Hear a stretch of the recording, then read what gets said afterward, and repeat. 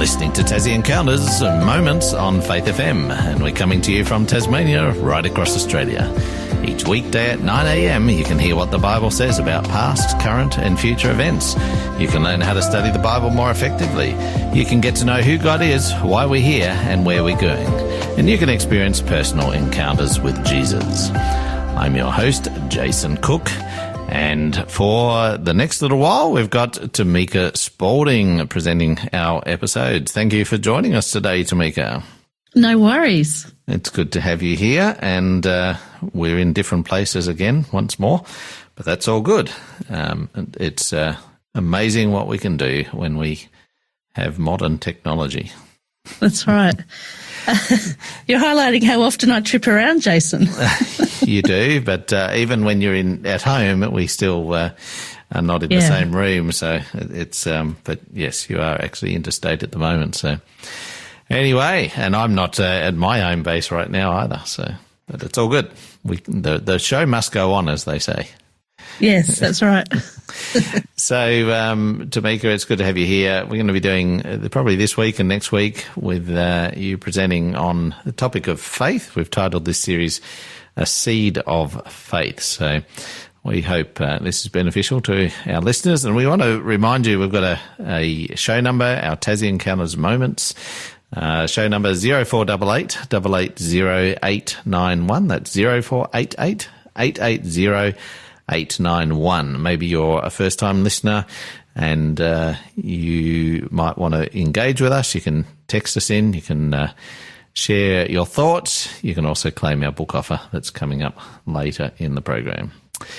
So, today we're going to be talking about faith, and we've got a whole bunch of different, angles that we're coming at this from, but we're going to start with a basic general introduction and discussion of faith.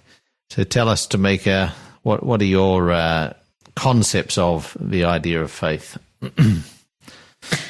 Yeah, well, faith is pretty fundamental, really, in our whole spiritual experience, isn't it? It's the defining factor. Actually, you've got a bit of a formula for this. Do you want to share the formula that you have? Yeah, I've looked at this formula over quite some time. It's a mathematical formula. Perhaps it's not a perfect illustration, but it's something that helps me understand the concept of faith. And it's like a mathematical formula. Faith equals belief multiplied by trust multiplied by action. And the reason why there's a multiplication sign in there, if you remember back to your maths at school, if you have zero of any one of those things, if you have zero belief or zero trust or zero action, then you have zero faith. That's sort of the concept that this formula helps me understand faith to be. So it actually needs all of those components to be real faith. What do you think about that? Well, I like that because we do need belief, we do need trust, and we do need action. But we also don't need a whole bunch of it for God to be able to use us and use that faith.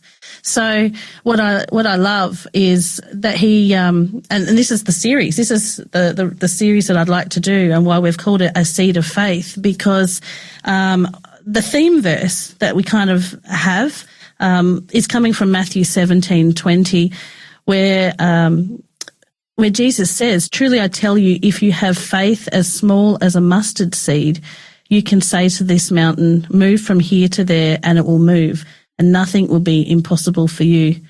And the reason why this verse became important to me was actually I was praying for a friend very recently, and just in a moment of that prayer, and you know, it's funny, all my prayers, I would say, are genuine prayers, but there was a moment in that prayer that I just had this experience where I felt God was right there, very close, and just had said in my mind as a thought, I just need a mustard seed-sized faith. And I just knew that in that prayer, God had heard that prayer and had used that faith to help in the situation that I was praying for. And it it was so amazing to me that I've really it's really built and encouraged my faith. Absolutely. There's another illustration that I've got of faith as well, and that is of a chair. And we'll come back and this will make more sense when we, I guess, put it all together. But a chair, right? We don't know necessarily who built the chair, but most often we have faith that if we go and sit in the chair, it's going to hold us up and it's not going to collapse on us. So again, we've got this concept of we have to believe that the chair will be strong enough to hold us. We have to trust in the maker of the chair, that they built it right and they designed it right. And ultimately, in order to prove that faith, we have to actually sit in the chair, because if we don't ever sit in the chair, we're not really demonstrating our faith in that. And I think as we go into a biblical explanation of faith, which we'll read in a minute from Hebrews, I think, we don't always know, in the case of a chair, we don't always know who made the chair, right? We can't see the person. We would want to know. We can't assess them, can we? we can't assess them really, but we want to know that they can make a strong chair. And I guess that, you can learn about the maker, the carpenter who built the chair and put it together. You can learn about their reputation. And I guess that helps us with our confidence that when we go and put our faith into action, so to speak, that it's going to hold us up and it's going to work. So in your case, just unpack that a little bit more when you talk about your story here, where your faith, when you prayed, how does that play out? And I think you're going to share a bit more about this story later in our series. Yeah, I will. Right? Yeah, I think, you're talking about a chair, and we have trusted brands. They've been around for a while. We know the ones that are good. We know the ones that are probably dodgy, and we can make an informed decision when we buy products that, this chair's going to be okay and this one's probably not. And, I actually sat on a chair last Christmas and the chair broke, and it wasn't so much a manufacturing problem as it was that it had been sitting out in the sun for probably the last 20 years, and it just snapped. Yeah. But in the context of faith and Jesus, we also have evidence that, he's not a product. He's a personal God that loves us, that also provides, evidence that he can be trusted, and that, he is going to take care of us, and he is reliable, and, we can be held in faith, that we can take a step and risk. I mean, there is a risk involved in action. Well, when you go to sit on that chair, the risk is that maybe it will collapse. Yeah, and that comes. But that's the beauty of testing. Yeah, that comes down to the idea of truth as well, and we're going to talk about that later in our series. We'll have a day that we talk about faith and truth. But if what we believe in isn't true, it's not very helpful to us, is it? No, but without testing it, we don't have evidence either. Without testing it, we don't know. Yeah, absolutely. So we do need to do that. I like in Hebrews 11 and verse 1, it has an explanation, I think, that defines what faith is. That says, now faith is confidence in what we hope for and assurance about what we do not see. Absolutely. And again, we test that, or when we put our actual trust in it and we test it in practice, that's when we really feel and demonstrate and exercise our faith, and we experience it. Yeah. So when we keep going. I was just going to say, I think that the important question to ask ourselves when we're making a decision on when we're going to risk something and test faith is to know why faith is even important in the first place. Why do we need faith? Why is it important? Do you have any ideas on why you think that faith is important? Well, I think it helps us to grow in our spiritual walk. I think if we don't exercise our faith, it's just like our physical being as well. If we don't exercise, we get weak. If we don't exercise our faith, we get spiritually weak as well. But I think faith actually also helps us in many aspects of our life. You know, it gives us a sense of peace. It gives us a sense of hope. It helps us to actually live out the life that I think God has called us to live. You know, when we put faith in Jesus and we trust that his ways and his teachings are good, then we can also adopt those, you know, believing that this is the right way to go as well. And I think ultimately it takes a lot of pressure off us. You know, it's not all about us anymore. It's about him. And that leads to a peace that we can't find anywhere else but in him. And which is a pretty faith is a pretty essential part, as I said, of our spirituality, really.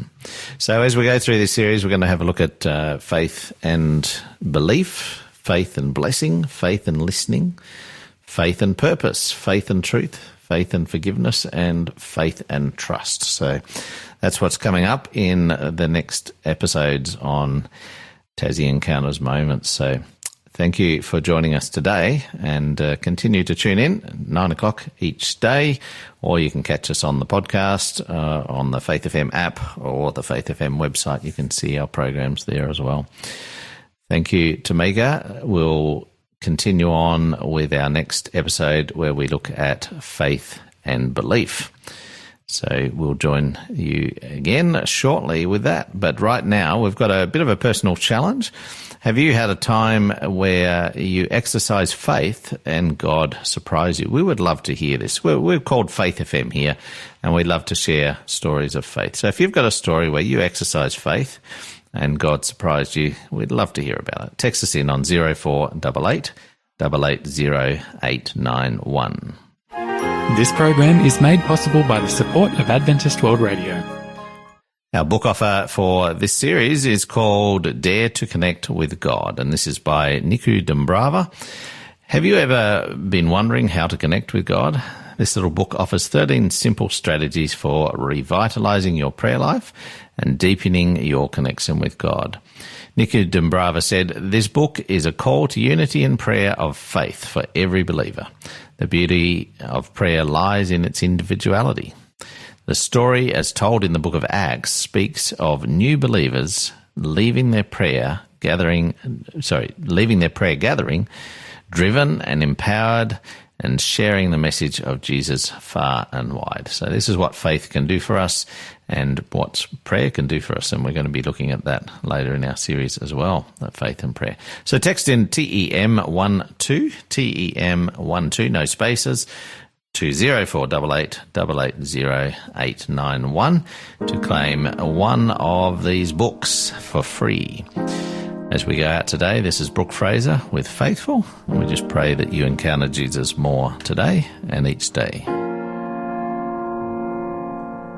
There's distance in the air, and I cannot make it leave. I wave my arms round about me and blow with all my might. I cannot sense you close, though I know you're always here. But the comfort of you near is what I long for.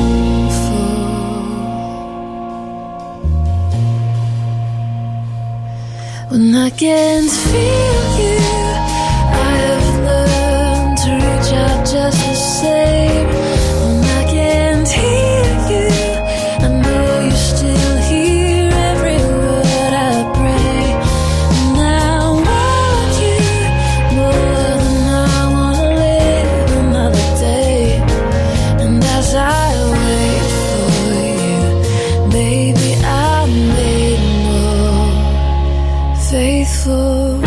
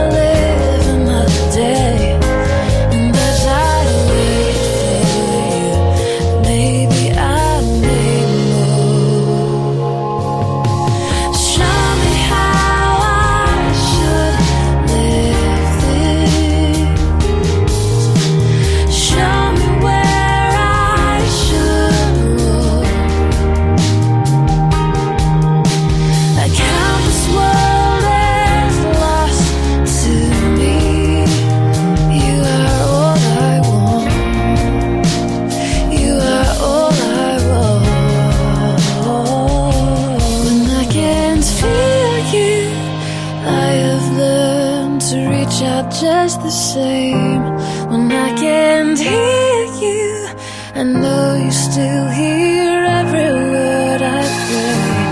And I want you more than I wanna live another day. And as I wait for you, maybe I made more. As I wait for you, maybe I made more. As I wait for you, I am made more faithful.